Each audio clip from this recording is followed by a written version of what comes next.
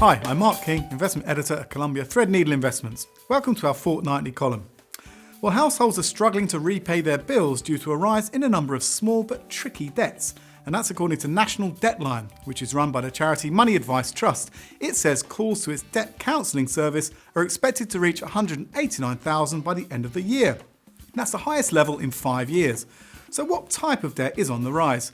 Well, the charity says that debt problems have changed in the 10 years since the financial crisis, with fewer people seeking advice about credit cards, loans and overdrafts, and more calls about debts on everyday household bills such as council tax, rent and energy arrears. The charity says 50% of callers to National Debtline are now struggling to repay debt of £5,000 or less, when the charity said this was just 22% in 2008. And this is because households are struggling to cover essential spending. So what can people do about it? Well, if you find yourself in this boat, according to National Debtline, you could check to see if you can increase your income, whether that's through benefits, grants or help with energy costs. And next, the charity says you could work out your household budget to ensure you know exactly where you're spending and where you can save money. And then it says you can rank your debt in order of importance, as you'll want to repay top priority debts first. These are the debts that could affect your home, your capacity to earn a living, or those that might lead to criminal prosecution if you fail to repay them.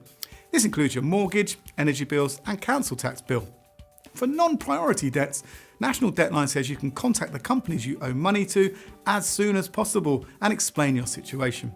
It may be that you'll be granted a payment holiday, reduced repayments, or be able to extend the loan repayment period. However, depending on the type of debt and the creditor, you may have to formally arrange a new repayment schedule through a debt management plan. There's more on this at the National Debtline website. But it's worth noting that when you are free of debt, start saving and investing for the future to ensure your household finances are never in peril again. You should build up a rainy day amount in a cash savings account before investing, because while the stock market usually outperforms cash over the long term, future performance cannot be guaranteed.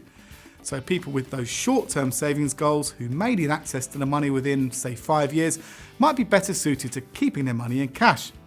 Those with longer-term savings objectives, such as helping their children buy a home when they grow up, well, they could be better suited to stocks and shares because they have time to ride out any short-term volatility.